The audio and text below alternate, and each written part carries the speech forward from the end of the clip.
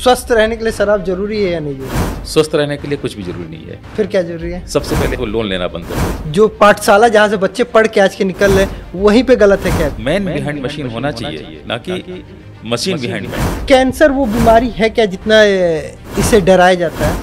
बहुत सी बीमारी इतनी भीषण है जिनको डरा के व्यापार किया जाता है। क्या कैंसर वही बीमारी है जो डेथ सर्टिफिकेट लेके साथ में आती है? ऐसा मार्केट में है। तो ये पियोगे तो कैंसर होगा? देखिए, सिगरेट कैंसर का कारण है, लेकिन अभी इसमें बहस की बहुत जरूरत है। हमारे एक ही मरीज को कई जगह लाइन लगानी पड़ती है। अगर हम 5 दवाई 4 दवा लिखते हैं, उसकी जांचें लिख रहे हैं, उसका नाम लिखने में कितना मिनट लगेगा? एक नाम भी लिखना है राम भरोसे। हमारे ब्लड शुगर के लिए और ब्लड प्रेशर के लिए और हार्ट की बीमारी के लिए, ब्रेन स्ट्रोक के लिए बैंकिंग सिस्टम जिम्मेदार। सुबह 8 बजे ओपीडी सरकारी शुरू हो जाती है। गांव में भी कोई मरीज 8 बजे तक हॉस्पिटल नहीं पहुंच पाता। शहर में लोग तो आंख नहीं खोल पाते। 8 बजे ओपीडी का जो औचित्य है वो बहुत अच्छा नहीं है। सरकारी अस्पताल पे एक आम मरीज को जल्दी विश्वास नहीं होता है क्योंकि सरकार मार्केटिंग नहीं करती। नहीं, मार्केटिंग तो खूब विज्ञापन पे खर्च होता है। नहीं, वो तो होता है। तो हमारे इस देश में मेडिकल इंश्योरेंस की जरूरत नहीं है, बल्कि हमारे जो गवर्नमेंट हॉस्पिटल्स हैं उनको फैसिलिटेट करने की जरूरत है। मेडिकल इंश्योरेंस का जहाँ तक ताल्लुक है, जब सरकार फ्री इलाज दे रही है, लेकिन वो हो कहाँ पाता है?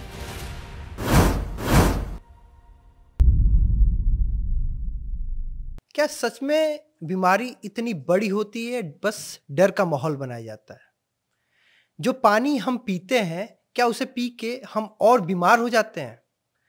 बदलती हवा से लेके बहते पानी तक मेडिकल लाइन से जुड़े कई सवाल थे, जैसे HIV या कैंसर। तो ऐसे कई सवाल मेरे जहन में बीते कई दिन से उठ रहे थे।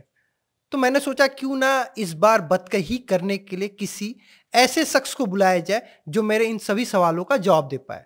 तो इस बार बतकही चौक पे बतौर मेहमान सीनियर डॉक्टर एस देव को बुलाया गया और उनसे मैंने खुल के बात की। बतकही आप भी देखिए। तो सर, बहुत बहुत स्वागत है आपका हमारे खास कार्यक्रम बतकही में। तो बातों का सिलसिला हम शुरू करें तो सबसे पहला यही सवाल कि क्या बीमारी उतनी बड़ी होती है जितना बड़ा हवा बनाया जाता है, कि हवा ही बड़ा होता है? देखिए, मेरा मानना, बीमारी कोई भी हो, छोटी हो बड़ी हो, बीमारी तो बीमारी होती है। लेकिन कभी कभी पेशेंट खुद या जहाँ पे उसको इलाज करा रहा है, कई बार वो लोग बढ़ा चढ़ा के बताते हैं, लेकिन सब लोग नहीं। उसमें जैसे कहा ना, ब्लैक शीप होते हैं। ब्लैक शीप है, हर विधा में होते हैं, हर प्रोफेशन में होते हैं। वो अपनी चीज़ों को करते रहते हैं। तो यहाँ पे भी ऐसा कुछ नहीं है। या जहाँ पे आदमी है, जहाँ पे इंसान है, इंसानी चीज़ें उसमें आती हैं, उसकी इंसानी ज़रूरतें होती हैं, फितूर उसके वही रहते हैं। पैसा कमाना, कुछ लोग ईमानदारी से करते हैं, कुछ थोड़ी बेईमानी करते हैं, कुछ ज़्यादा बेईमानी करते हैं, कुछ तो बहुत ईमानदारी से करते हैं। क्योंकि ये सवाल मेरा इसलिए आ रहा है क्योंकि जो बीते दिन जो हादसा मतलब हमारे साथ हुआ कि परिवार के एक बच्चे का साइनस था जिसका ट्रीटमेंट आपने ही किया, और उसको पहले कहा गया कि लेजर ऑपरेशन द्वारा हम करेंगे तो लेजर ऑपरेशन से होगा, उसका पैसा ज़्यादा होगा, और जितना पैसा हमारा लगना था उसका 1/4 या 1/5 हिस्सा भी नहीं लगा और वो बच्चा सही हो गया। तो एक मार्केट में परसेप्शन बना दिया गया। मुझे भी कल तक नहीं पता था कि लेजर क्या होता है, और चूंकि आपने उसे दुरुस्त किया और वो ट्रीटमेंट हो भी गया और समस्या भी खत्म हुई। देखिए, लेजर केवल हमारे चिकित्सा विज्ञान में ही नहीं है। लेजर विधि जो है बहुत चीज़ों में आती है। आर्मी में भी लेजर से होता है, लेजर गन भी आती है, लेजर कटिंग भी होती है। लेजर कटिंग भी होती है। तो बेसिक लेजर का काम होता है कटिंग का। अच्छा, कटिंग का होता है, और कोई भी चीज़ काट सकती है। वो स्किन भी काट सकती है, पत्थर भी काट सकती है, कांच भी काट सकती है। तो उसको कैसे इस्तेमाल करना वो अलग की बात है। लेकिन लेजर से करेंगे तो बढ़िया होगा, ऐसे करेंगे तो बढ़िया नहीं होगा, ये एक तरह से सही बात नहीं है।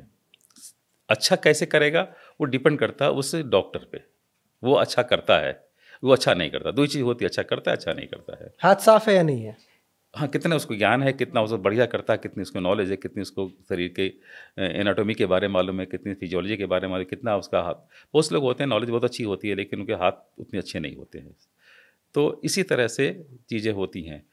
अब जितनी भी नई चीज़ें आ रही हैं, नई विधाएँ आ रही हैं, वो हमको एक तरह से फैसिलिटेट तो करती ही हैं। ऐसा नहीं है कि जो है, जो पहले हम थे, आज हम ऐसा, आज बहुत सी चीज़ें सर्जरी में आ गई हैं, हमारे मेडिसिन के उसमें आ रही हैं, जांच की चीज़ों में आ रही हैं, नई नई मशीनें आ गई, नई नई तकनीकें आ रही हैं, नई नई जांचें आ गई, जिससे हमें डायग्नोस करने में आसान रहता है, इलाज करने में आसान रहता है।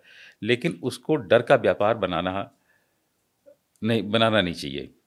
लेकिन कहीं न कहीं हमारे ग्रुप में कहीं काली भेड़ें हैं जो इसको डर का व्यापार बनाती हैं। सर, डर के व्यापार, आपने कहा कि इलाज और जांच, तो सबसे पहले इलाज पे ही आते हैं। अगर कोई भी आम व्यक्ति अगर किसी प्राइवेट डॉक्टर के पास जाता है, मैं खासकर प्राइवेट डॉक्टर की ही बात कर रहा हूँ, अगर वहाँ जाता है, किसी प्राइवेट हॉस्पिटल में जाता है, तो वो बीमारी सुनने से पहले, अगर आपने कहा कि मेरा बीपी ज़्यादा रह रहा है, तो वो पहले आपको बीपी चेक करने के बजाय, आला लगाने के बजाय, वो पहले लिखेगा कि अच्छा जाओ LFT KFT, अपना कोलेस्ट्रॉल, CBC इतना जांच करा के लाओ, चेस्ट का एक्सरे करा के लाना, ECG करा के लाना, तब बात करेंगे। ये पहले होता था, आला लगाते थे, देखते थे कि पल्स कितना है, बीपी कितना रहा है, राइट हैंड में कितना है, लेफ्ट हैंड में कितना है। अब तो सीधा पहले ये जांच लेके आओ, हम रिपोर्ट देखेंगे तो बात करेंगे। क्लिनिशियन को सबसे पहले तो अपनी जांच अपने स्तर से करनी चाहिए। जो हमारे बेसिक चीज़ें हैं उनको नहीं छोड़ना चाहिए। जो हमारा ब्लड प्रेशर की मशीन है, हमारे स्टेथोस्कोप है, हमारी अपनी उंगलियां हैं, हमारे अपने पल्स हैं। जब ये चीज़ें नहीं थी, अल्ट्रासाउंड भी हम लोग बड़े मुश्किल से मिलता, जब हम लोग MD वगैरह कर रहे थे, बड़े कहीं कहीं होता था। फिर उसका अल्ट्रासाउंड वाले इतने एक्सपर्ट भी उस समय नहीं हुआ करते थे। CT स्कैन वगैरह तो बड़ी दूर की कौड़ी थी। MRI वगैरह कहीं कहीं होता था, कहीं पूरे स्टेट में कहीं एक आध जगह हुआ नहीं हुआ, कभी के नहीं हुआ। तो हम तब भी डायग्नोसिस करते थे, और उसके पहले हमसे पहले भी जो लोग थे चिकित्सक, वो भी डायग्नोसिस करते थे, इलाज भी करते थे और ठीक भी करते थे। ऐसा भी नहीं था, नहीं, क्योंकि उन्होंने अपने सेंसेस को, अपने जो इंद्रियां हैं, वो उसके हिसाब से डेवलप कर लेते थे। अपने उंगलियों को हम लोग पहले पैल्पेट करते थे, जैसे कहते हैं कि मरीज को देखना कैसे कहते हैं, इंस्पेक्शन, आंखों से देखना, पहले छूना ही नहीं मरीज को। फिर कहते हैं पैल्पेशन, छू के देखना हो, कैसे कैसे छूना है, वो अलग अलग विधाएं तब, कहाँ छूना है, पेट को कैसे छूना है, पैर को कैसे छूना है, घुटने को कैसे छूना है, कहाँ छूना है, कितना सुपरफिशियल छूना है, डीप छूना है, मरीज से पूछना है, मरीज को आंखें देखते हुए करना है कि अगर हमने छुआ, अगर मुँह उसने किसी तरह से दर्द के हिसाब से उसने मुँह बनाना शुरू, उसका मतलब यहाँ पेन है, भले नहीं बोल रहा है, और डीप किया कितना। फिर इसको बात होता है परकशन, फिर हम लोग उसको परकस करते थे, उंगलियों से हाथ पे रख के परकस कर, जो चीज़ें, जो अल्ट्रासाउंड वाला जो चीज़ें होती थी क्रूड वे में हम लोग अपने हाथ उंगलियों से कर लेते थे। अभी भी किया कर लेते हैं क्योंकि प्रैक्टिस बनाए रहते हैं। फिर होता था ऑस्कल्टेशन, जो हमारे ऑस्कल्टेशन के लिए मतलब आला जो हमारा होता है, उससे हम लोग सुनते थे, तमाम जगह सुनते थे किस तरह की आवाज़ आती, तो उन आवाज़ों को अपने दिमाग में बना लेते थे। हार्ट को तो सुनते सुनते रहते थे, इसमें कैसी आवाज़ आ रही है, इसमें मरमर आ रहा, कौन सी मरमर है, डायस्टोले की, सिस्टोले की, हैमर, इस तरह हम लोग सुनते रहते थे, फिर बताते भी रहते थे।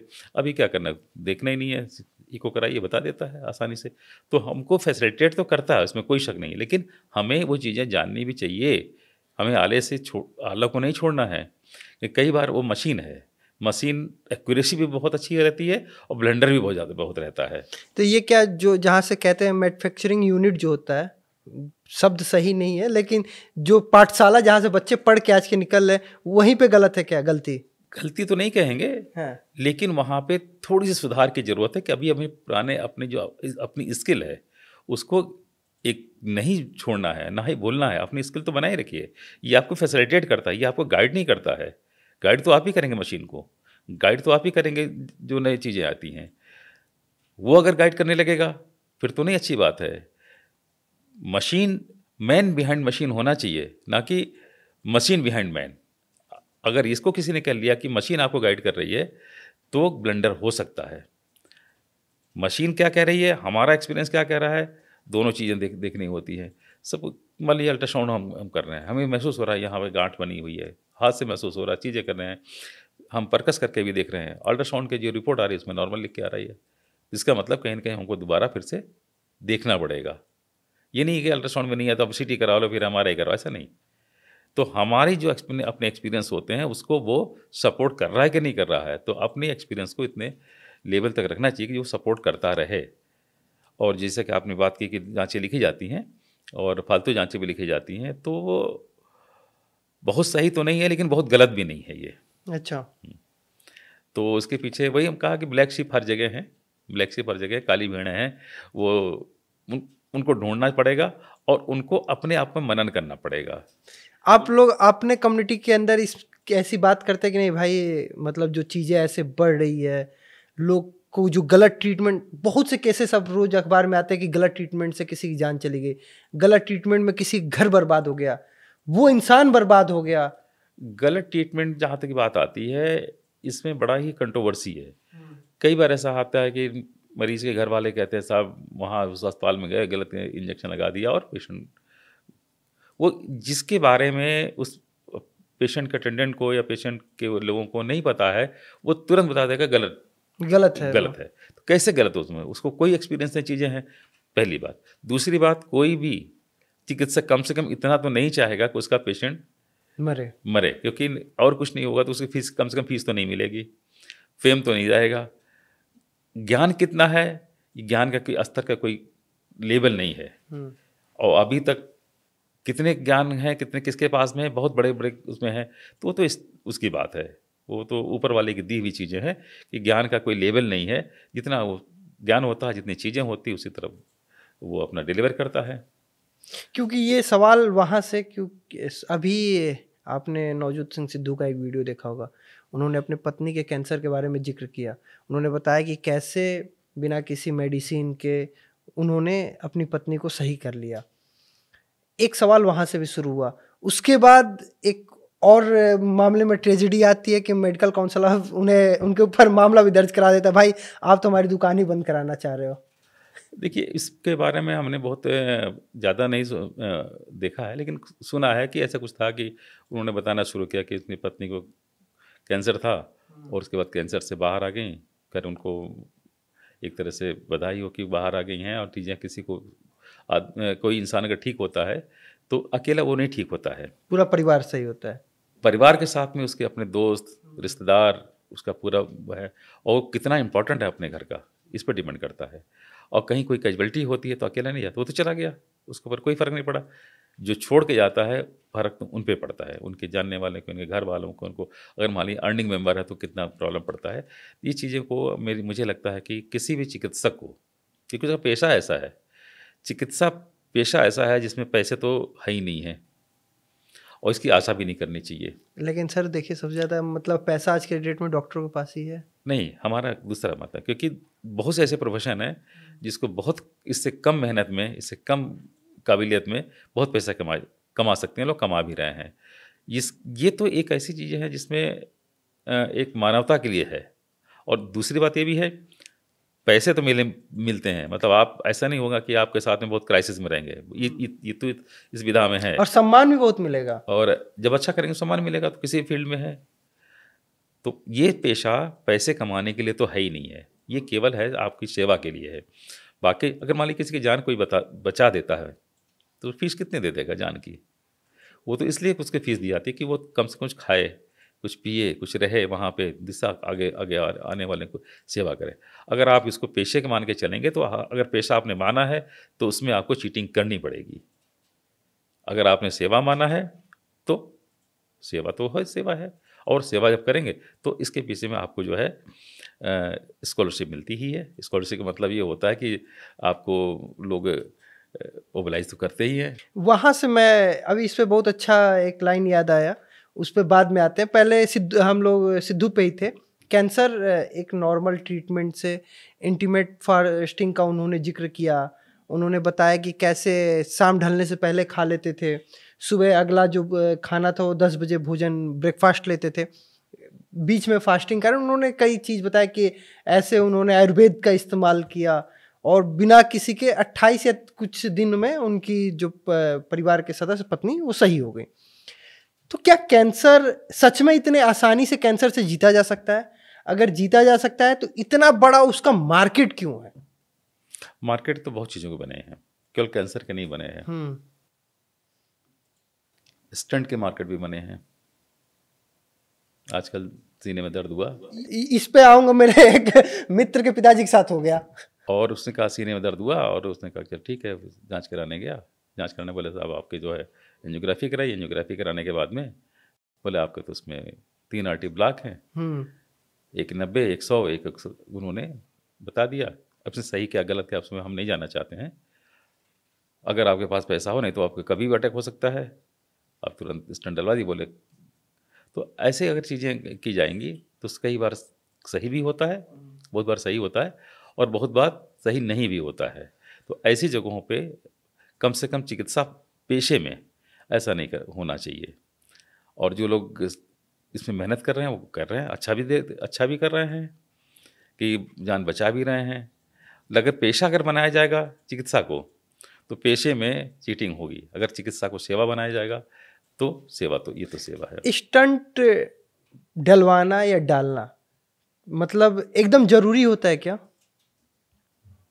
डिपेंड करता है कि अगर जो आर्टरी होती है अगर वो ब्लॉक है, ब्लॉक से मतलब होता है कि अगर उसमें कोई ऑब्स्ट्रक्शन है तो आगे जो जहाँ वो सप्लाई करती है हार्ट की मसल्स को उसमें ब्लड नहीं पहुँचता है तो वहाँ पे ऑक्सीजन नहीं पहुँचता तो वो हिस्सा जो है एक तरह से इंजर्ड हो जाता है। फिर उसके बाद इस्कीमिया हो जाती है, फिर नेक्रोस हो जाता है, बाद में फाइब्रोसिस हो जाती है, फिर हार्ट उस तरह से काम नहीं कर पाता। काम नहीं करेगा तो ना ब्लड को खींच सकता है ना ब्लड को फेंक सकता है, जो कि उसका काम है। और ब्लड को खींच के फेंकने का काम केवल यही होता है ऑक्सीजन की, और बाकी सब चीज़ जितने भी चीज़ें और भी शरीर में ज़रूरत पड़ती है पूरे शरीर को सप्लाई ब्लड के द्वारा होता है। जैसे एक सड़क पे सब चीज़ें चलती हैं, सड़क पे तो जो हमारी धमनियाँ हैं और हमारे मतलब आर्टरीज और वेन्स हैं ये हमारी सड़क हैं, इसी में सब चीज़ें सप्लाई होती है। ऑक्सीजन की भी सप्लाई होती है, हमारे जितने भी हम खाना खाते हैं मिनरल्स की भी है, विटामिन की है, फैट्स की है, प्रोटीन की, कार्बोहाइड्रेट सारी सप्लाई इसी में होती है। जितना हमारा हार्मोन्स होते हैं इसमें सप्लाई करते हैं। ये हमारा परिवहन तंत्र है। परिवहन तंत्र को कंट्रोल करने वाला हार्ट है। एक ट्रैफिक का कंट्रोलर है, वो हार्ट है, जो सुपर कंट्रोलर है। वो ट्रैफिक कंट्रोल करता है। जैसे फ्लाइट चलती है तो कंट्रोल रूम्स होते हैं, अलग अलग बने रहते हैं, हर फ्लाइट्स को कंट्रोल करता है। वो हमारे देश की नहीं है, कितनी ऊंचाई पे किसको जाना है, कितनी ऊंचाई पे जाना है, कितने स्पीड से जाना है। तो वो हार्ट एक तरह से कंट्रोलर का काम करता है, ट्रैफिक का, ट्रैफिक कंट्रोलर है वो है। बाकी हार्ट का कोई काम नहीं है, लेकिन वो इतना बड़ा काम है जो कि सबसे बड़ा काम है। तो कंट्रोलर अगर नहीं कंट्रोल करेगा तो जितनी भी चीज़ें हमारी सप्लाई अलग अलग अंगों में होती हैं, जैसे हमारे अलग अलग स्टेशंस हैं, किडनी है, लीवर है, ब्रेन है, आइज़ है और एक्सट्रीमिटीज़ है, हाथ पाँव हैं, वहाँ पे चीज़ें नहीं पहुँच पाएंगी। केवल ऑक्सीजन ही नहीं, बहुत चीज़ें नहीं पहुँच पाएंगी।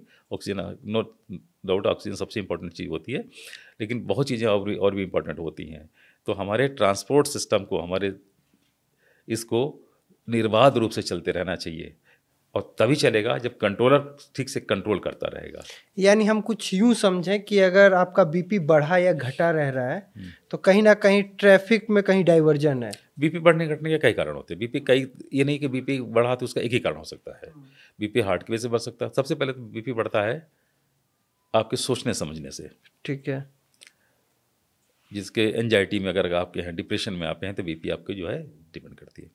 दूसरा ऐसा हार्ट की खुद की वजह से बीपी बढ़ता रहता है। तीसरा किसी वाइटल ऑर्गन जो होते हैं, जैसे किडनी होगी, कोई और वाइटल ऑर्गन, तो वहाँ कोई ऑब्स्ट्रक्शन हुआ तो उसकी सप्लाई पूरा करने के लिए हार्ट एक्स्ट्रा एफर्ट करता है, तो वहाँ तो जैसे ब्लड पहुँच जाए, लेकिन पूरे सिस्टम में ब्लड पहुँच जाता है। जैसे रीनल हाइपरटेंशन हो गया। और होता है एक तो पेरिफेरल ब्लड वेसल्स होते हैं, उनमें कहीं पे कहीं दबाव अगर आ रहा है, चीज़ें आ रही हैं, तो वहाँ पे ब्लड प्रेशर बढ़ जाता है। जैसे कि पानी का पाइप है, अगर हम थोड़ा दबा देते हैं उसको तो फोर्स उसमें बढ़ जाता है। ऐसे ही हमारे एक्सपर्टीज में है या पूरे शरीर में कहीं भी अगर हमारी आर्टरीज हो उसमें कहीं दबाव आ रहा है तो बीपी बढ़ा रहेगा। इसीलिए बीपी ये नहीं है कि ये दवा ब्लड प्रेशर के लाओ खा लें, ये मेरी चॉइस भी नहीं हो सकती है, ना पेशेंट चॉइस हो सकती है।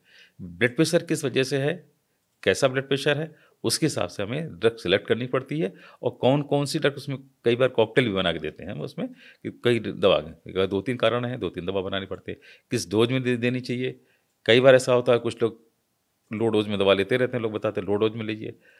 शायद बताने वाले में उसको नहीं पता है कि कुछ दवाई उतने लो डोज में ब्लड प्रेशर के लिए है ही नहीं है, वो काम नहीं करती हैं, किसी और चीज़ में काम करती हैं। एक ऑप्टिमम डोज होती है जिसके बाद से कोई भी दवा किसी भी चीज़ में काम करती हैं। ढेर सारी दवाइयाँ हैं हमारे पास में जिसको कि डोज डिपेंडेंट कहते हैं, वो किस डोज में ये काम करेंगे, उस डोज में दूसरी काम करती हैं। दवा डोज की बात हो रही है। हाँ जी। अधिकतर अभी देखिए आया पैरासीटामोल पे बैन लग गया, कई दवाएं बैन हो जाती हैं। एक दवा बैन होती है वो दूसरे नाम से आ जाती है, एक पेटेंट किसी के पास है उस कंपनी बैन लगा वो उसने दूसरे नाम। ये नेक्सस पे आखिर कंट्रोल क्यों नहीं हो पाता है? देखिए पैरास्टामॉल की जो हम बात करते हैं, बेसिकली पैरास्टामॉल किसी साल्ट का नाम नहीं है, कंपनी का एक नाम है, इसलिए मैं पैरास्टामॉल शब्द यूज़ नहीं करूँगा। जैसे पहले होता था वनस्पति घी होती थी डालडा, तो लोग डालडा को ही हाँ। किसी वनस्पति को डालडा कहते थे। कोलगेट, हाँ। उसे टूथपेस्ट को सब लोग कहते हैं कोलगेट। कोलगेट ऐसे ही पैरास्टामॉल एक ट्रेड नेम है। हाँ। इसका जो साल्ट है एस्टामिनोफेन है। एस्टामिनोफेन को इतनी सेफ दवा भी नहीं है ये, जितना लोग खाते रहते हैं। और इसकी मैक्सिमम डोज जो होती है 325 मिलीग्राम होती है। और जो डोलो 600 आया गया, 650 भी खाते थे, अब 1 ग्राम की भी आ गई है। और ये ठीक ठाक हिपेटोटॉक्सिक होती है। अच्छा। मतलब लीवर के लिए टॉक्सिक होती है ये। इसलिए मान कि नहीं सबसे सेफ ड्रग है, पैरास्टामॉल खा लो, नहीं हो रहा है तो 650 खा लो तब भी नहीं हो रहा है, 1 ग्राम खा लो तब भी नहीं हो रहा है, 4-4 घंटे पे खा लो। ये एक चीज़ें हम देखते हैं आती रहती हैं, प्रिस्क्रिप्शन में भी हमको दिखाई पड़ता है। कई बार मरीज खुद से भी खा लेता है, खुद से मेडिकेशन करने लगता है। तो वो कई बार ऐसा मुझे आश्चर्य भी होता है प्रिस्क्रिप्शन पे भी, और मरीज खा रहा है तो खैर उसके बाद तो मुझे उस पर दया आती है। यानी पैरासीटामोल मतलब जो भी वो जो दवा है वो 350 mg से ज़्यादा नहीं खाना। 325 से फुल डोज होती है। फुल डोज होती है मतलब एडल्ट डोज होती है एक टाइम में, और उसका मैक्सिमम आप जो है 3 बार ले सकते हैं। अच्छा। हाँ। यानी पूरे दिन में आप 900 से ज़्यादा नहीं ले सकते। हाँ 325 गुणे मतलब 1 ग्राम कर सकते हैं आप। 1 ग्राम को एक दिन में फुल डोज ले जाएं। अगर मान लीजिए बुखार तब भी नहीं उतर रहा है तो उसमें कॉकटेल बनाते हैं। कॉकटेल क्यों बनाते हैं? जिससे कि 2 दवाइयाँ 3 दवाइयाँ अलग से मिलाई जाती हैं अलग अलग सिचुएशन में, तो उनका सिनर्जिस्टिक इफेक्ट होता है। मतलब एक दवा कितना असर है, एक दवा दूसरा असर है। मान लीजिए किसी दवा के 30% असर, किसी दवा के 30%, तो 60% नहीं होगा। सिनर्जिस्टिक इफेक्ट में वो और बढ़ जाता है। कई बार जो होता है 2 गुना 3 गुना 4 गुना उसको सिनर्जिस्टिक इफेक्ट करते हैं, कैसे बढ़ता है। दूसरी बात ये होती है लो डोज में रहती हैं दवाइयाँ वो, तो टॉक्सिसिटी कम हो जाती है हमारे शरीर में। जैसे पैरास्टामॉल हमने 325 लिया तो जो भी टॉक्सिसिटी हो 325 की आएगी ना, 650 की तो ही नहीं गई शरीर में, जो टॉक्सिन जो बुरा असर आएगा उसका। तो इसलिए कॉकटेल थेरेपी जो है ये बनानी बहुत ज़रूरी होती है। तो मतलब ये मैंने तो देखा है डोलो डॉक्टर लिखते हैं, मतलब मेरा खुद का था तो मुझे डोलो लिखा था, कहा था भैया 3 बार खा लेना। मैंने इसके पहले भी कहा, लोग लिखते रहते हैं। 1 ग्राम की भी आ गई, मार्केट में भी आ गई ना। तो इस पर रोक क्यों नहीं लग पाता है? वो तो एक मेरा पार्ट तो नहीं हो सकता क्यों नहीं लगता है, लेकिन इस पे एक अच्छी बहस की ज़रूरत है। क्योंकि जहाँ पे अगर कोई स्वस्थ होने की बात हो रही है वहीं पे उसके साथ खिलवाड़ हो रहा है। अभी मैंने देखा एक वीडियो वायरल हुआ था जिसमें एक डॉक्टर थी, शायद यंग एज की वो डॉक्टर, वो बात कर रही थी कि मुझे ये सॉल्ट में अपना एक ब्रांड चाहिए मेरी कंपनी से और उसका इतना प्राइस होना चाहिए, वो इस कंपनी का। तो यानी अब डॉक्टर भी मैनिपुलेट कर, उस वीडियो को देख के ये समझा जा सकता है कि अब डॉक्टर मैनिपुलेट करते हैं कि उन्हें कितने प्राइस का और क्या चाहिए। नहीं, प्राइस के बारे में तो हम ज़्यादा नहीं कह सकते हैं, लेकिन कई बार ऐसा होता है ज़रूरत पड़ती रहती है कि अगर ये दवाइयाँ एक साथ में आती है, कई बार अपने एक्सपीरियंस भी तो होते हैं। आपने 1000-2000 पेशेंट को देखे तो उसको लगता है कि नहीं अगर हम ये बना रहे हैं, अगर ऐसी कॉम्बिनेशन थेरेपी एक साथ में आ जाती है तो पेशेंट को कंप्लायंस बेटर हो जाएगा। कंप्लायंस कैसे क्या होता है कि अगर हमने 5-6 दवाइयाँ दे दी तो पेशेंट उसमें कन्फ्यूज हो जाता है कैसे कैसे खानी है। अगर एक साथ मिला के मिल जाती है जिसमें कोई ड्रग इंटरेक्शन नहीं हो रहा है, कोई आपने का साइड इफेक्ट नहीं हो रहा है, एक साथ में ले रहा है, तो हमारा कंप्लायंस बेटर हो जाता है। बेटर इसलिए हो जाता है कि एक ही बार खानी है और नहीं तो दिन भर वो खाता रहेगा, कन्फ्यूज होता रहे, 2-1 दवा छूट भी जाएगी। तो दवा के कंप्लायंस के लिए अगर हमने लिखी पेशेंट को देनी है तो उसके कंप्लायंस बेटर है तभी तो रिस्पॉन्स आएगा, नहीं तो कंप्लायंस ही नहीं करेगा, नहीं आएगा। तो कंप्लायंस बेटर होने के लिए सबसे पहले बात होनी चाहिए ड्रग की अवेलेबिलिटी, अवेलेबल है कि नहीं। हमने लिखी मिली नहीं, लानी पड़ेगी, कहीं और से लानी पड़ेगी, तो देखना पड़ेगा क्या आसानी से मिल सकती है। जैसे हमें दवा लिखते हैं अपने गवर्नमेंट हॉस्पिटल में लिखते हैं तो हम कोशिश करते हैं कि हमारे अस्पताल में क्या दवाई आसानी से मिल जाती है, उन पर कोशिश करते हैं और वो मिल जाती है तो पेशेंट ले लेता है। मान लीजिए कि उसको नहीं लेने की कंडीशन है तो नहीं ले सकता है। दूसरी चीज़ क्या होती है, अफोर्डेबिलिटी। अफोर्ड कैसे करेगा? अफोर्ड क्या, पैसे से मतलब नहीं है, अफोर्ड करने का मतलब मिलना। तो अफोर्डेबिलिटी भी होनी चाहिए, मतलब दवा कितनी सस्ती हो सकती है, इस पे बहस की जरूरत है। इसी पे तीसरी बात और होती है, अवेलेबिलिटी होगी, अफोर्डेबिलिटी होती है और लेने में आसान हो, लेने में आसान हो। एक बार लेनी है तो सबसे अच्छी दवा। कम दवाई में काम चल जाता है और अच्छी दवा।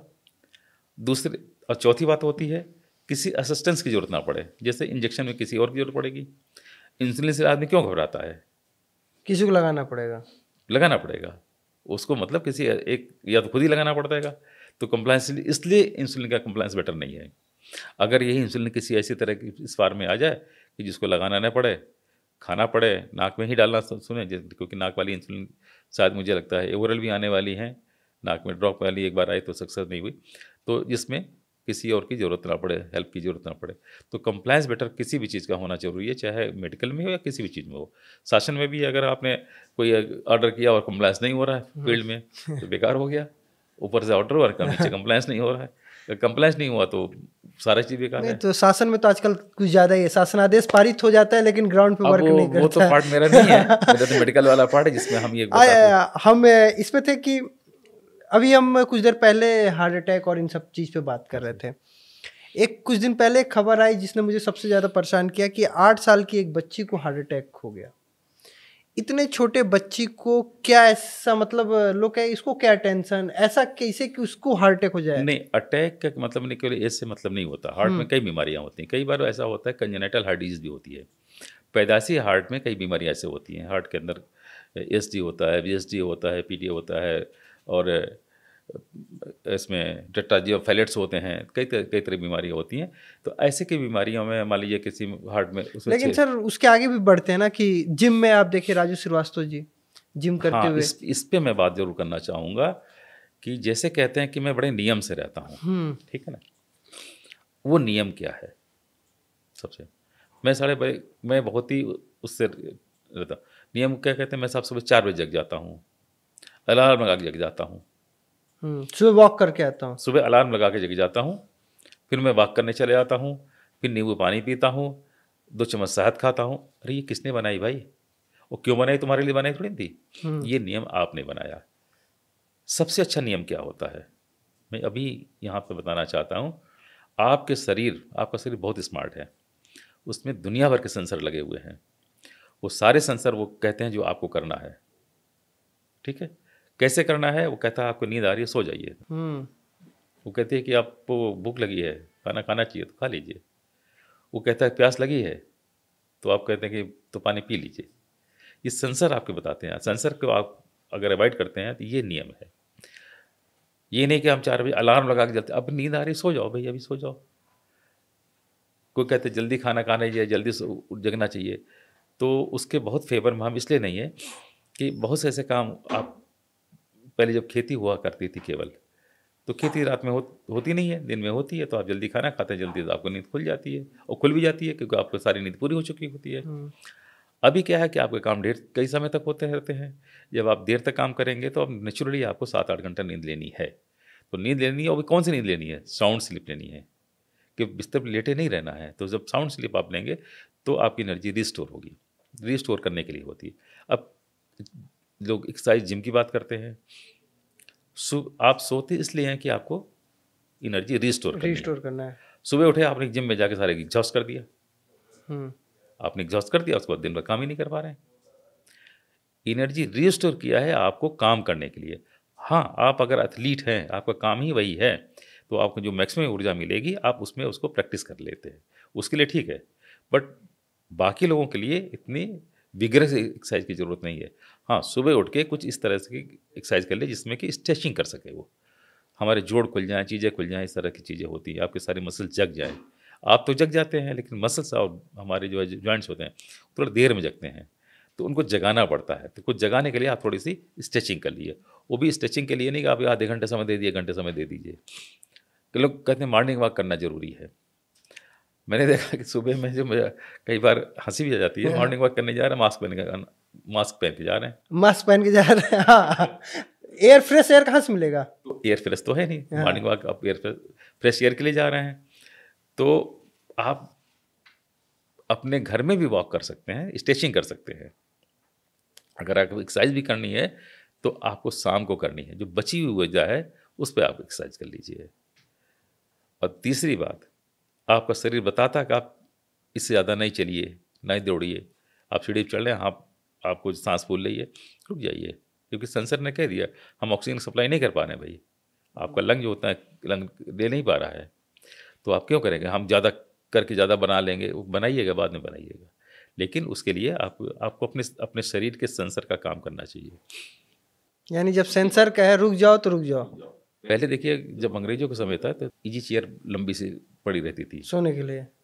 नहीं ना सोना था ना बैठना था उस पर। हाँ। चेयर ऐसी होती थी कि उस पर लेट जाइए, एक टांग इधर कर लीजिए, मतलब रिलैक्स करने के लिए बनी थी। और उसके ऑफिसर के उसके टेबल के पास ही रहती थी वो, जैसा हल्का लगा उसको तो थोड़ा सा एक लेट गया, लेटा भी है बैठा भी है, एक नैप कर लिया 2 बार थोड़ी देर के लिए। आप गाड़ी चला रहे हैं, मान लीजिए आपको हल्की नींद आ रही है, गाड़ी साइड में करिए, 5 मिनट के लिए आप अपने आंखें बंद कर लिए, रिलैक्सिंग, और 5 मिनट में आप फ्रेश हो जाएंगे। अपने सेंसर की बात मानिए, ये सबसे बड़ा सेंसर आपका अपने शरीर की। डॉक्टर कैसे बता पाएगा आपके शरीर के बारे में, हम समझ सकते हैं, लेकिन आपका शरीर आपका है, वो अंदर बहुत बड़ा डॉक्टर बैठा हुआ है, आप उसकी बात मानेंगे। पहले उसको फील कीजिए। उसके फील। अब एक एग्जाम्पल मैं देता हूँ, आपने देवरा बाबा का नाम सुना होगा। मैं वहीं का हूँ, देवरिया का ही। बरहज में रहते थे। हाँ, लोग कहते लार के पास। हाँ, बरहज एक जो है बाजार हाँ, है, हाँ। वहीं पे सरजू नदी के किनारे वो रहा करते थे। उनकी उम्र के बारे में, लोगों के बारे में बड़ी हाँ, 800 900 600। हाँ, इतना तो नहीं, लेकिन 150 200 ऐसा वो लोग बताते थे। लेकिन हाँ, इतना जरूर है कि उनकी उम्र बहुत थी। उसकी वजह हमें क्यों ऐसी वजह थी, मैं जब गोरखपुर में मेरी पोस्टिंग थी, मेरे पास एक जर्नलिस्ट आते थे, अभिनंदन त्रिपाठी, और उनकी उम्र मुझसे उस समय भी मतलब 7-8 साल बड़ी रही होगी। फिर अपने फादर को दिखाने लाए मुझे, उनके फादर फिर अपने बाबा को दिखाने लाए। अच्छा। उनकी उम्र कितनी, वो लार के रहने वाले थे, अभिनंदन त्रिपाठी। तो अचानक हमने से पूछ लिया, हमने कहा बाबा आपकी उम्र कितनी है, तो हमसे कहते बच्चा 100 से ऊपर हुई, ऐसा बोले। तो मुझे लगा कि अगर अभिनंदन की 3500 की उम्र होगी, तो इनके पिताजी लिए लाए थे, वो कम से कम 55 साल के होंगे, उन अपने बाबा को लेके आए, तो हो सकता है ऐसा हो। फिर मैंने कहा बाबा एक चीज़ बताओ, आपने देवरा बाबा को देखा है? उन्होंने कहा हाँ देखा तो है। हमने कहा उनकी कब देखा है? तो उन्होंने कहा जब हम लोग छोटे छोटे थे, लड़कैया में हम लोग देख लिए हैं, जब हम लोग गाय चराया करते थे। हमने तब उन्होंने कहा तब वो ऐसे रह रहे हैं। अच्छा, तभी तो बुढ़े बुजुर्ग थे, तो मान लीजिए बुढ़े बुजुर्ग तो 60-70 साल मान लीजिए, और 100 साल उनके मान लीजिए, 170 साल हो गए। 170 साल अगर हमारे सिंपल गणित से आ रहे हैं तो भी बहुत उम्र हुई। और उनको कभी किसी ने इलाज कराते नहीं देखा, किसी ने ब्लड प्रेशर नापाते नहीं देखा, कोई दवा खाते किसी ने नहीं देखा, ना सुना। बाद में मैंने जब एनालाइज किया कि कैसे वो इतने लंबी जीवन जिया करते थे, जिए थे, तो पहली बात उनको कोई तनाव नहीं था, उनके पास कोई बैंक का लोन नहीं था जो ईएमआई नहीं था, बैंक का लोन नहीं था। तीसरी बात, उनको जब नींद आई सो गए, कोई उनको पूछने नहीं आता था, जब उनको जगना था जग गए, जब उनको कुछ खाना तो खा लिए, जब उनको नदी में जाके नहाना है तो कहते बोह ले रहे हैं, बाबा की क्या बोह ले रहे हैं, 1 घंटे 2 घंटे 3 घंटे तक जब भी उनको मन कहता था वो नदी में रहते थे। और जब भूख लगी तो खा लिया, ये नहीं कहा कि सब 9 बजे हमें नाश्ता कर ही लेना है। तो मुझे जो हमारा अपना कहता है कि आप अपने दिमाग से जो आपका शरीर कहता है आप उसकी बात मान लेते हैं, तो निश्चित रूप से आप स्वस्थ रहेंगे और आरोग्य रहेंगे। एक और चीज़ मैं कहानी बताना चाहता हूँ जो कि आपको अच्छी भी लगेगी। हमारे वैदिक उसमें की किताबों में लिखा हुआ है, कहानियों में, समुद्र मंथन हुआ एक बार। वो समुद्र मंथन क्यों हुआ, किस लिए हुआ? समुद्र से रस निकालने के लिए? नहीं, समुद्र को दही बना के फेंटा नहीं गया था। हाँ। इंपॉर्टेंट यही है। ये किंवदंती हो सकती है, हकीकत हो सकता है, चीज़ें हो सकती है, इसके बारे में नहीं जाना है, लेकिन ये एक बहुत बड़ी फिलॉसफी जरूर है। जब समुद्र मंथन हुआ तो समुद्र मंथन में कई ऐसे चीज़ नहीं थी जिससे समुद्र को मत के उसमें से कोई चीज़ निकाली जाए। एक बहुत बड़ी मीटिंग थी ये। अच्छा। मंथन मतलब मीटिंग, आपस की मीटिंग थी और आपस में मंथन हुआ। तो जैसे कोई सत्ता में चला आया, जैसे कहा कि बलि ने वो उसमें स्वर्ग पे जीत लिया, राज कर लिया। अब लोगों को लगा कि साहब ये तो हटेंगे ही नहीं। फिर किसी ने कहा कि भगवान ने कहा कि ये नहीं, अब ऐसा करो, दोनों लोग सत्ता पक्ष विपक्ष बैठ के बात कर ले कि ऐसे तो लड़ाई झड़ाई होती रहेगी, एक दूसरे को मारते काटते नहीं, कभी तुम बैठो कमेंट। तो ऐसा ना करो कि दोनों मिलके ऐसा ना करें काम करें, दोनों मिलके काम करें, सर्वदलीय सरकार बना लें, ऐसा कुछ था। तो बात सबके समझ में आ गई तो ठीक है, जितनी जितनी जितनी है हिस्सेदारी उस हिसाब से आप में काम करें, जिसकी इतनी काबिलियत है उसमें काम करेंगे। तो वो एक मीटिंग हुई थी वहाँ पे। जब मीटिंग हुई थी, जब पहली मीटिंग में ही वो एक मीटिंग होगी कहाँ पे, तो उनको भी नहीं होता ना कि कहाँ पे की जाएगी, किस होटल में की जाएगी, संसद में की जाएगी, कहाँ की जाती है, वो मीटिंग हुई थी। वो मीटिंग का तय हुआ पहाड़ पे, वो मंदार पर्वत था। देख यहाँ पे की जाएगी, ठीक है, मौसम ठीक था, सब चीज़ें होनी है, एक बनाया जाता है कैसे क्या रहेगा।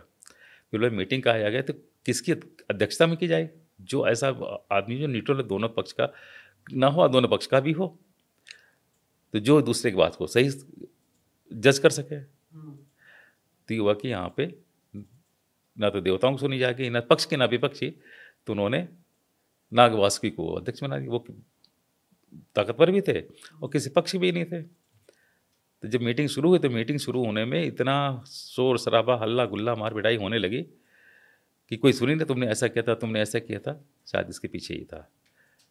अब मीटिंग ख़त्म हो गई, नहीं हो सकती सब, फिर हो गया तो सारा एक्सरसाइज खत्म हो ही नहीं सकती है। तो लोगों ने कहा नहीं, भगवान शिव के पास जाइए। तो भगवान शिव का मतलब होता है, शिव मतलब कल्याणकारी, और राम मतलब होता है मर्यादा। राम का नाम तो राम था, लेकिन राम का पर्यायवाची मर्यादा है। शिव मतलब है कल्याणकारी, जो कल्याण करे वो शिव है, उसको शिव कहते हैं। मतलब ये जो कल्याण करे वो शिव है, वो शिव नहीं है, कल्याण ही शिव है। जैसे जो कल्याण करना जो है, ये एक एडजेक्टिव है, ये एडजेक्टिव है, विशेषण है, ये विशेषता है ये। तो भगवान शिव को जब लाए, उनको लगा कि हाँ भगवान शिव तो कुछ भी कर सकते हैं। उन्होंने देखा तो सो मान ही नहीं रहे थे लोग, तो उन्होंने एक तरह से डांट लगाई। जो हलाहल विष था, वो हलाहल विष मतलब कोलाहल विष, कोलाहल विष था। मतलब वो कोई घड़े में विष करके नहीं आता कि जो है सांप का विष हो, वो एक कोलाहल था, तो उसको कंट्रोल वही कर सकते थे, नाग वासुकी नहीं कर पाए। तो उन्होंने कहा देखो, अगर आप लोग नहीं मानते हैं तो हम फिर ठीक है, हम सारी सत्ता हम खुद ले लेंगे, हमारे पास बहुत से लोग हैं, भूत है, पिशाच है, सूकर, इस तरह हम सत्ता सारी ले लेंगे हमको। तो लोगों को लग गया तो हो सकता है, तो उस विष को धारण किया भगवान शिव ने। फिर धीरे धीरे शुरू हुआ, कैसे करना है, कैसे करना है। अंत में सबकी चाहत क्या होती है? स्वस्थ रहना और निरोग रहना, ये तो सहज चाहत होती है। तो उस मंथन का अंतिम जो था अमृत। लेकिन अमृत अकेला नहीं आए थे, धन्वंतरी के साथ आए थे। धन्वंतरी जो धनतेरस को मनाते हैं, धन्वंतरी अमृत लेके आए थे। अमृत मतलब औषधियाँ, उसको अमृत कह दीजिए। अमृत तो है, जब हम किसी को दवा देते हैं और ठीक हो जाता है तो अमृत हो जाता है, वही अमृत है, मौत से बाहर निकल आया, तो उसको अमृत नाम का था। आज हम कोई औषधि कहता है, कोई दवा कहता है, कोई जो भी नाम दे दीजिए वो नाम देता है। ऐसे बहुत अंतिम वही निकला।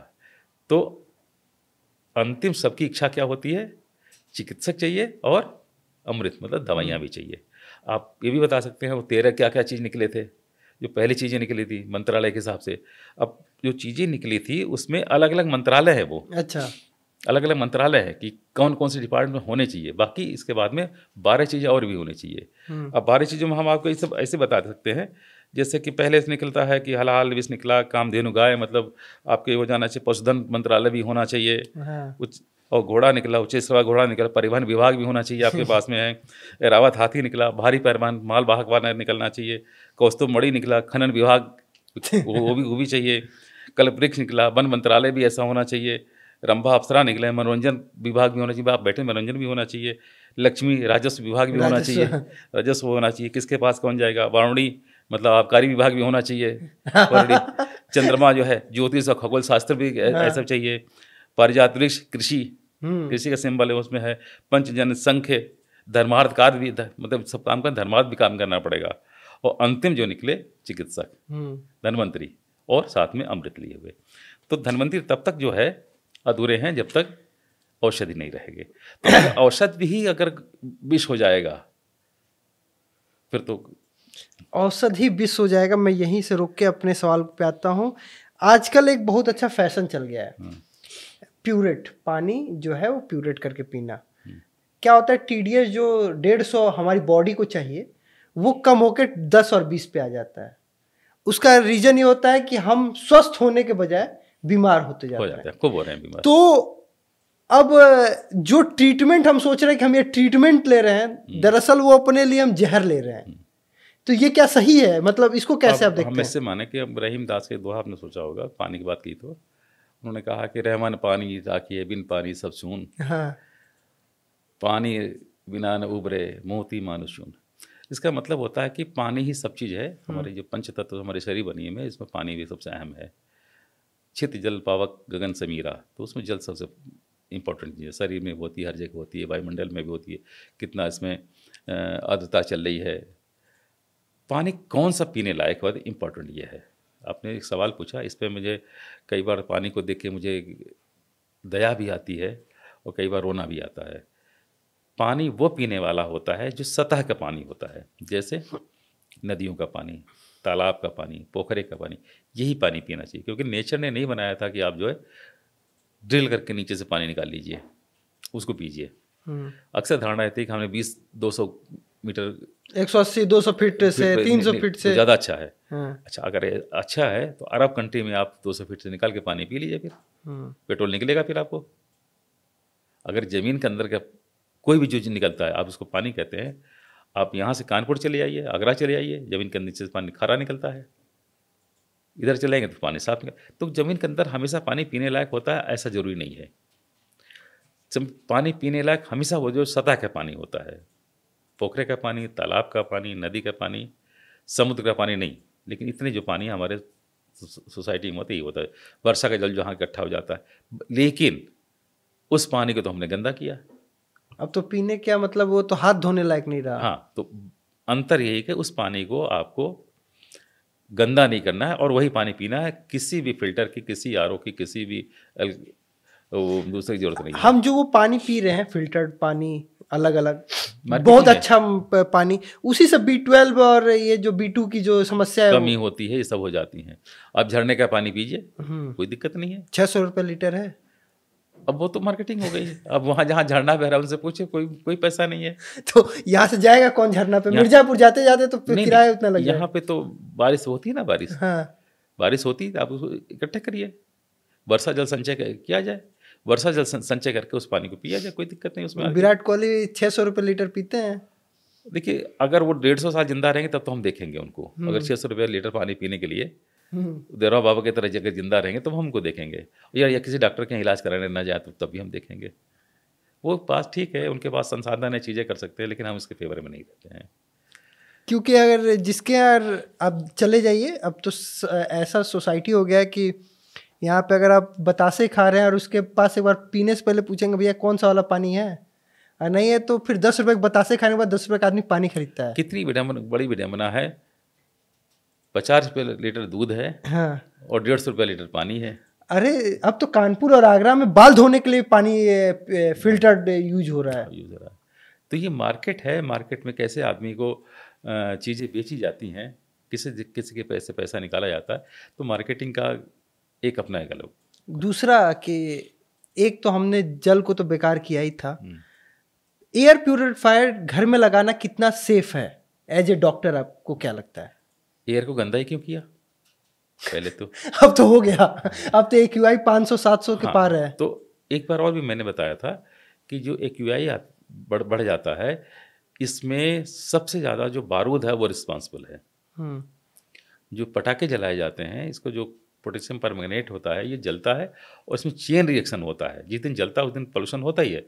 उसको 1 हफ्ता 2 हफ्ते बाद वो चेन रिएक्शन इतना होता है, कई गुना बढ़ जाता है वो चेन रिएक्शन।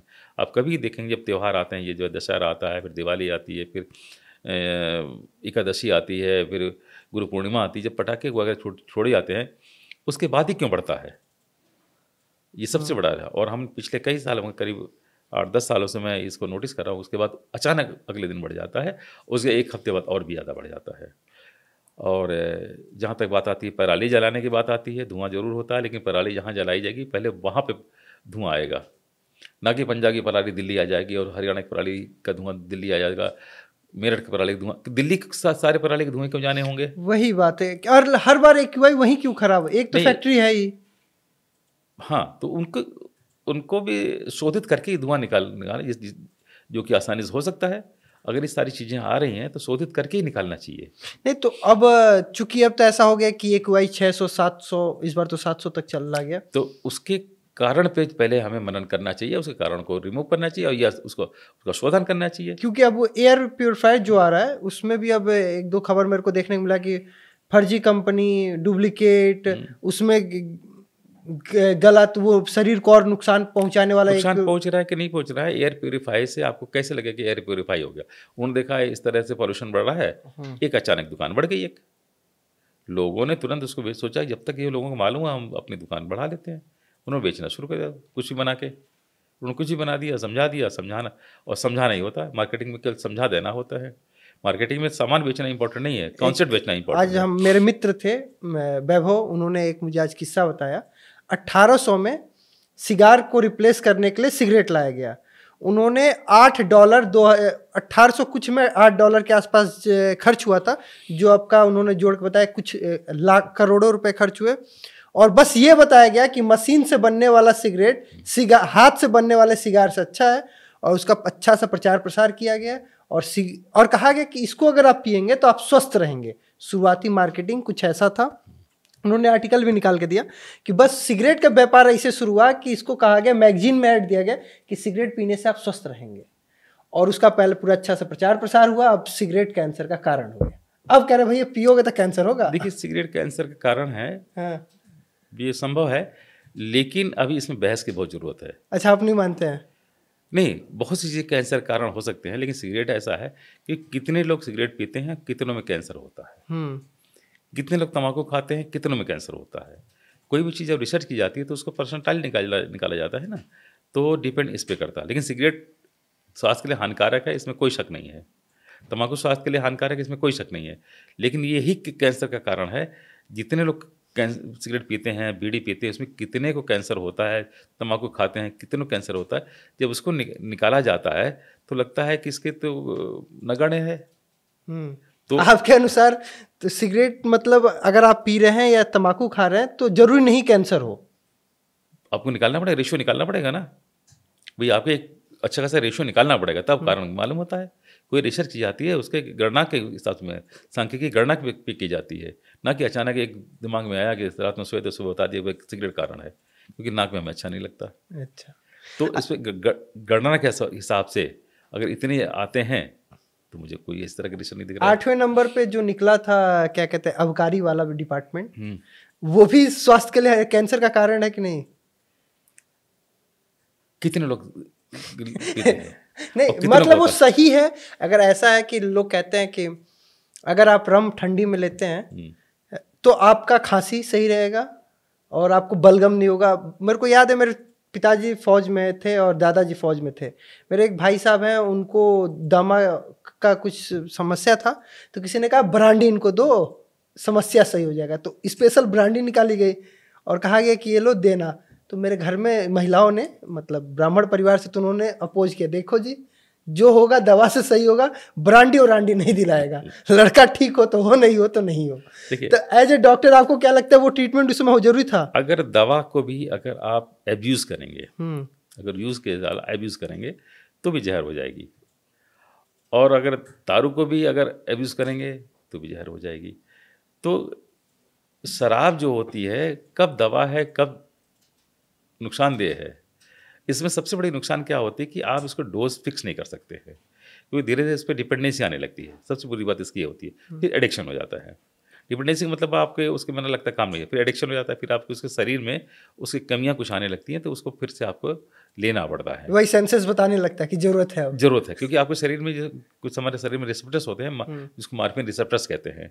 6 तरह के होते हैं ब्रेन में और पेट में मिला के, तो वो अपने नेचुरल मार्फिन को नहीं बनाते फिर उतना हिसाब से, फिर वो एक डिमांड होने लगती है। तो डिमांड तो क्रीमिंग होती पे आप लेते हैं। अगर इस पे एडिक्शन, डिपेंडेंसी और एडिक्शन ना हो तो मेरे ख्याल से शराब वाली चीज़ें जो है थे इतनी दुनिया में एक्सेप्ट नहीं की जाती।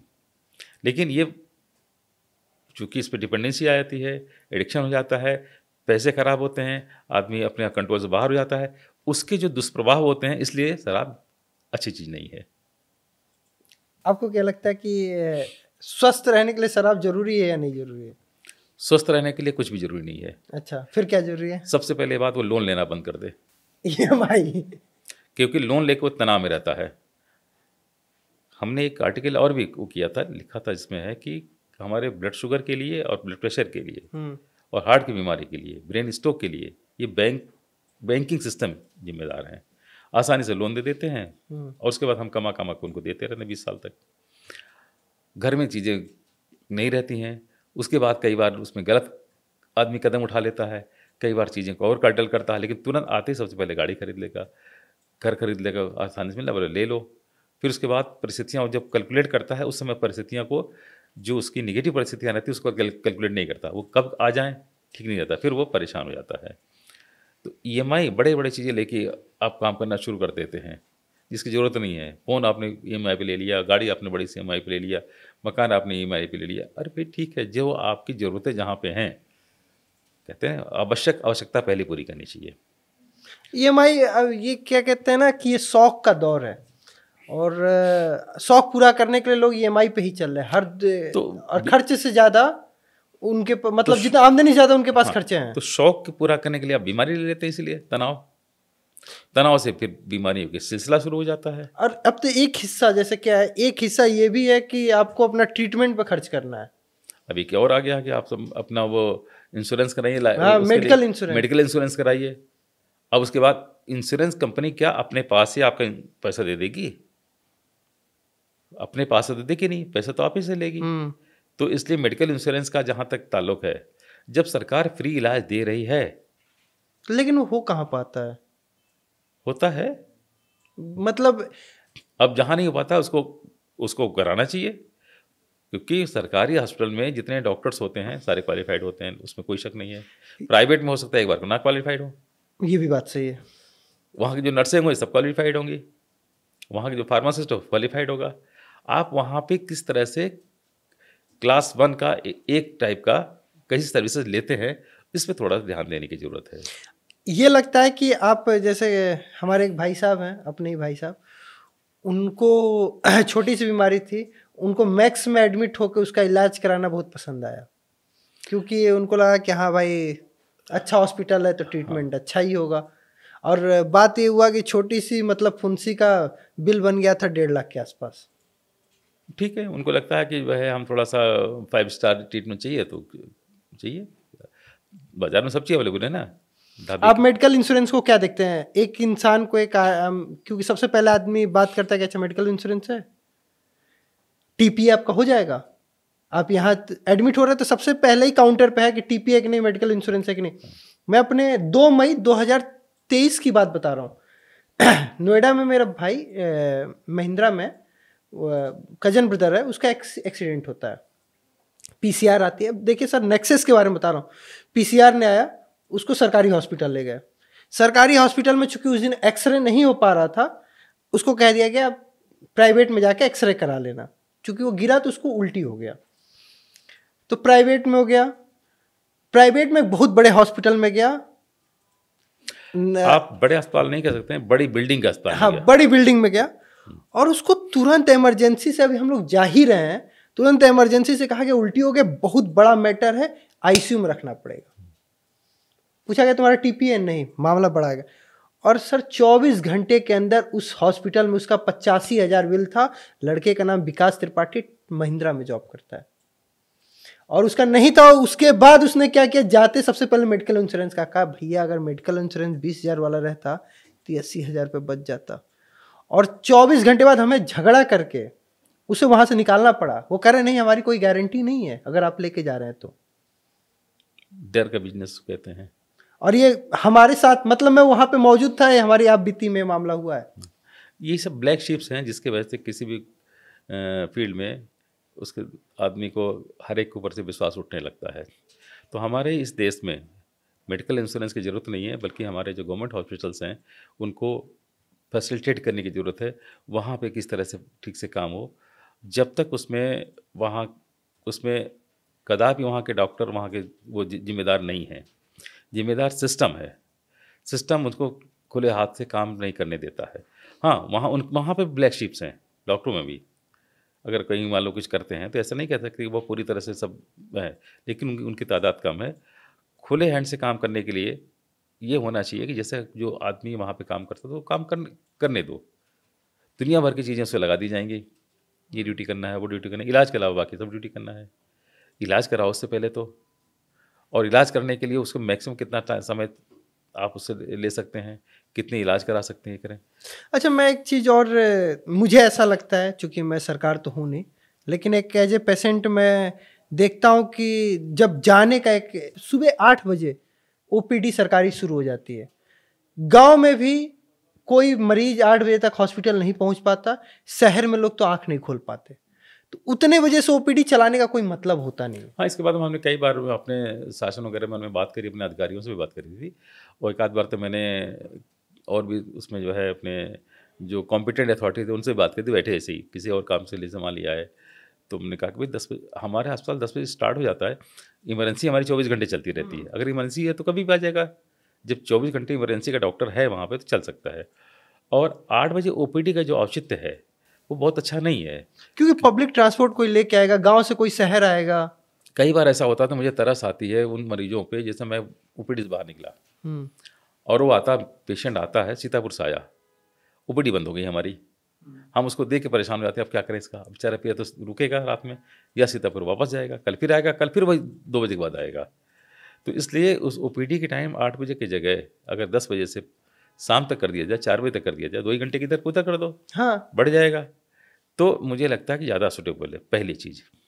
दूसरी चीज़, हमारे एक ही मरीज को कई जगह लाइन लगानी पड़ती है, पहले पर्ची बनाएगा, पहले पर्ची बनाएगा, फिर हमारे यहाँ लाइन में लगेगा, फिर जांच में लाइन में लगेगा, हर जगह लाइन में एक ही पेशेंट रहता है और भीड़ बढ़ाया रहता है।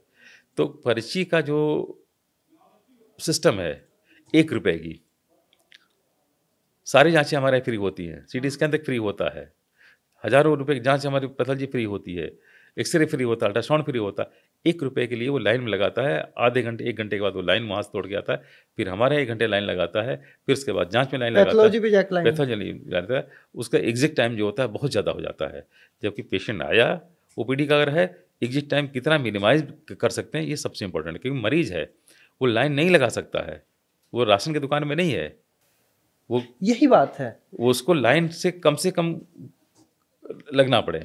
तो पहली बात, जो पर्ची वहाँ बनाई जाती है उसके जगह पे अगर हमारे अपने ओपीडी में हम खुद पर्ची क्यों नहीं बना सकते हैं, सारी दवाएं लिखते, नाम ही तो लिखना है उस पर, सारी दवा हम लिखते हैं उसका नाम उम्र ही तो लिखना है।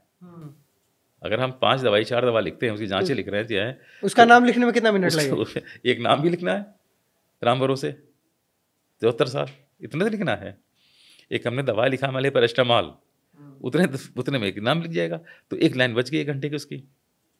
और कई जगहों पे ये बता दें फिजिशियन किस में बैठे हैं, सर्जन किस में बैठे हैं, कौन किस में बैठा है, इस पर पूछताछ जैसा बता दिया, भाई तुम फला कमरे में चले जाओ, तुम फला कमरे में चले जाओ, कई जगह डिस्प्ले भी रहे, इस कमरे में ये बैठे हुए हैं, इस कमरे में ये बैठे, इस कमरे में। लखनऊ सिविल में तो तब भी लोग हो जाते हैं, बाकी अगर किसी जिला अस्पताल में चले जाइए तो आप पहले तो मकान मतलब रूम नंबर 18 ढूंढने में आपको 1 घंटा लग जाएगा। नहीं, ऐसा नहीं, देखिए हम इसको इसलिए नहीं मानते, ट्रेन प्लेटफॉर्म पे आती है, गंवार से गंवार आती है, अपनी ट्रेन में बैठ के चला जाता है, क्योंकि एक बराबर में होती है ना सर। और वो जो होती है प्लेटफॉर्म भी बदलती रहती है, हाँ। आज इस 1 पे आई, कल 2 पे आएगी, तब भी नहीं छूटती है।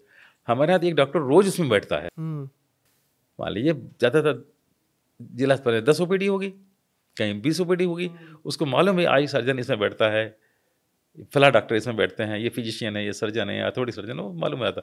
पूछताछ भी तो हम दे रहे हैं इस पर, डिस्प्ले कार्ड भी तो हम लगाए हुए हैं, कहाँ पे हो जाएगा वो, तो उसको एक लाइन बचाने के लिए वहाँ देते हैं। पहला होता, ऐसे ढेर सारे सुधारों को इसमें ज़रूरत हो जिसमें कि हमें गवर्नमेंट हॉस्पिटल में से सुधार करके और उसको इफेक्टिव बनाया जा सकता है। अच्छा, ऐसा मतलब आप लगातार आपने कई साल अलग अलग जनपदों में और सिविल में आप कई दिन से हम लोग का भी ट्रीटमेंट कर रहे हैं, आप ऐसा मतलब ऐसा क्यों होता है कि सरकारी डॉक्टर पे, मतलब डॉक्टर पे नहीं, सरकारी अस्पताल पे एक आम मरीज को जल्दी विश्वास नहीं होता है? क्योंकि सरकार मार्केटिंग नहीं करती, जबकि उसके बाद सारे लोग जो है बड़े इफिशिएंट होते हैं सारे। नहीं, मार्केटिंग तो खूब विज्ञापन पे खर्च होता है। नहीं, वो तो होता है, सरकारी और प्राइवेट अस्पताल अपनी करता रहता है, अपनी विज्ञापन करता है, चीज़ें बताता है, एक छोटा सा काम करेगा उसको पब्लिसिटी करेगा। जैसे आपने कहा था कि ये लेजर का से ऑपरेशन यहाँ होता, अरे लेजर से ऑपरेशन सफल कितना करता हो ये बताओ, या दूरबीन से ऑपरेशन होता उसकी करती है सरकारी अस्पताल। कभी आपने देखा यहाँ दूरबीन से जबकि ऑपरेशन होता है? होता रहता है। तो किसमें अच्छा है, किसमें बुरा है, ये चीज़ें जो है उसके पास वो साधन है, इसलिए उसको बढ़ा चढ़ा के बताता रहता है वो। इसलिए सरकारी अस्पताल से विश्वास नहीं होता है और मुझे नहीं लगता है कि बहुत सही है, क्योंकि मुझे लगता है कि हमारे पास तो सभी पेशेंट आते हैं, मेरे पास तो आते ही रहते हैं। ऐसे बहुत से डॉक्टर जिनके जिनके पास जाते हैं और ठीक-ठाक लोग जाते हैं, जो पढ़े लिखे होते हैं, चीज़ें होती हैं, जिनके साधन होता है, पैसे खर्च कर सकते हैं, वो आते हैं हमारे यहाँ, एडमिट होते हैं, हमारे अंडर में होते हैं, हमारे और भी डॉक्टर्स हैं उनके प्लेस के, उनके अंडर में एडमिट होते हैं और कहते भी हैं। ये भी तो आपने सुना ही होगा कि यकीन करने वाले आप पे होते हैं, तो यकीन डालना पड़ेगा ना हमें। तो कहाँ आखिर कमी है कि यकीन वो प्लांटेशन हो नहीं पा रहा है? इसी इसी इच्छा शक्ति को बढ़ा देनी है बस। इसी इच्छा शक्ति को हमारे शासन और हमारे जो है चिकित्सक और हमारे चिकित्सक स्टाफ तीनों चारों मिल के बढ़ा लें। कैंसर वो बीमारी है क्या जितना इससे डराया जाता है? बहुत सी बीमारी इतनी भीषण नहीं है जिनको डरा के व्यापार किया जाता है। क्या कैंसर वही बीमारी है जो डेथ सर्टिफिकेट लेके साथ में आती है? ऐसा मार्केट में है। नहीं तो क्या ऐसा है? बहुत से कैंसर के मरीज ऐसे हैं जो अभी स्वस्थ घूम रहे हैं 10 सालों के 20 साल। लेकिन युवराज सिंह और सिद्धू की वाइफ ही ऐसा लगता है कि कैंसर से सही हो जाते हैं। मेरे नाना स्वर्गीय श्री वशिष्ठ त्रिपाठी हुआ, उनको काट पीट के वो 3 महीने के अंदर वो स्वर्ग सिधार गए। देखिए कई बार ऐसा भी होता है। अब फिर ब्लैक शिप की बात हम करेंगे। कुछ लोग ऐसे होते हैं जिनको सेलिब्रिटी होते हैं, सेलिब्रिटी बना दिया जाता है, कई बीमारियां नहीं होती हैं, ठीक करने का दावा कर दिया जाता है। ऐसे हमने कई एग्जाम्पल देते हैं। मैं नहीं कह रहा हूँ कि कोई ये इन लोगों के साथ में ऐसा हुआ है, लेकिन ऐसे कई एग्जाम्पल्स हमारे पास में जिनके पास वो बीमारियां नहीं थीं, उनको बीमारी बताया गया और वो स्वस्थ हो गए। मालूम उनको बीमारी नहीं थी, वो उनको स्वस्थ होना भी था। अगर मतलब किसी व्यक्ति में कैंसर है आज के डेट में, क्योंकि पहले ऐसा होता था लोग HIV से डरते थे, एड्स है, आज भी उससे थोड़ा दूर ही रहते हैं, पता नहीं क्यों, क्या मानसिकता है समाज की। HIV कहाँ चली गई? हाँ वही बात है, कहाँ चली गई? 90s में HIV आई, बड़े धूमधाम से आई, ढोल बजाना एकदम बजा के आई। और फिर मैं कहता हूँ चरक संस्था जो लिखी हुई है आयुर्वेद की, उसमें पहले ही एक शब्द लिखा हुआ है। चरक तो हमने आज की लिखी नहीं है। चरक संस्था जो आयुर्वेद के बच्चे पढ़ते हैं हमारी अपने कॉलेज में आयुर्वेद में, उसमें लिखा हुआ है ओज-6। ओज-6 मतलब एड्स। ओज मतलब इम्यूनिटी, 6 मतलब लूज होना, छीण होना। ओज-6, ओज-बास, ये दोनों चीज लिखी हुई हैं। मतलब जहाँ इम्यूनिटी लूज होगी वही एड्स है। और इसकी जिम्मेदार कौन होता है? एक्वायर्ड, मतलब हमने एक्वायर किया जिसकी चीज़ को एक्वायर किया इम्यूनिटी कम करने के लिए। हमारे खाने पीने का है, पानी कैसा पी रहे हैं, हमारा एक्सपोजर कैसा है, दिन भर AC में रह रहे हैं, बाहर निकले छींक आने लगी, तो ये एक्वायर किया ना, इम्यूनिटी जैसे लॉस हो गई या छीण हो गई। ओज-6 चरक में बहुत पहले से लिखा हुआ है। ये 90s में एड्स करके आया, वो तो मैंने लिखा नहीं चरक। और चरक संहिता बच्चे पढ़ते हैं इनके उनकी किताब में, गूगल में ढूंढे ओज-6, वो वहाँ भी निकल आएगा ओज-6 चरक संहिता के हिसाब से। तो ये एक तरह से कहा जा सकता है एड्स जो है नए नाम से इन्होंने मालूम हुआ। और आयुर्वेद की किताबें, जबकि मैं एलोपैथ का डॉक्टर हूँ, लेकिन मैंने जब उसको पढ़ा तो देखा ये तो कब की लिखी हुई है। ओज-6 और ओज-वास माने इम्यूनिटी लॉस, इम्यूनिटी छीण। सवाल मेरा वही कि किसी को अगर कैंसर हो रहा है तो क्या ये मान लिया जाए कि उसका डेथ सर्टिफिकेट जो है वो लेके कैंसर का जो रिपोर्ट है वो साथ में? ऐसा नहीं है, लेकिन एक हुआ तो बना ही है। किसी अगर जो ये वीडियो में हमारे जो भी दर्शक देख रहे हैं, अगर उनको पता लगता है, ऐसा अंदेशा है कि मुझे कैंसर का डिजीज हो रहा है, तो क्या पहले करे और कैसे उसको सही जगह कैसे पहुंचे? एक अच्छे अनुभवी और डॉक्टर के पास वो जाना चाहिए। सर यही तो सबसे बड़ा सवाल है कि अच्छे अनुभवी डॉक्टर मिलेंगे कहाँ? वो तो पहले ही जाते, उनको दिखेगा अच्छा पेशेंट, अब उसकी किस्मत अब उसकी, तो यही तो बात है, किस्मत। अगर उसकी अच्छी किस्मत होगी कैसे? अगर किस्मत होती एड्स उसको जो है कैंसर ही क्यों होता? ये भी तो अब इस पे तो है ना कि पहले मुर्गी या पहले अंडा, इसमें कोई बहस तो हम कर भी नहीं पाएंगे ना। अच्छी चिकित्सक के साथ जाए कैसे? और अगर किस्मत अच्छी होती तो उसको कैंसर होता है क्यों? तो पहले मुर्गी पहले अंडे पे तो बहस लंबी चलती रहेगी, कोई जवाब मिलेगा ही नहीं।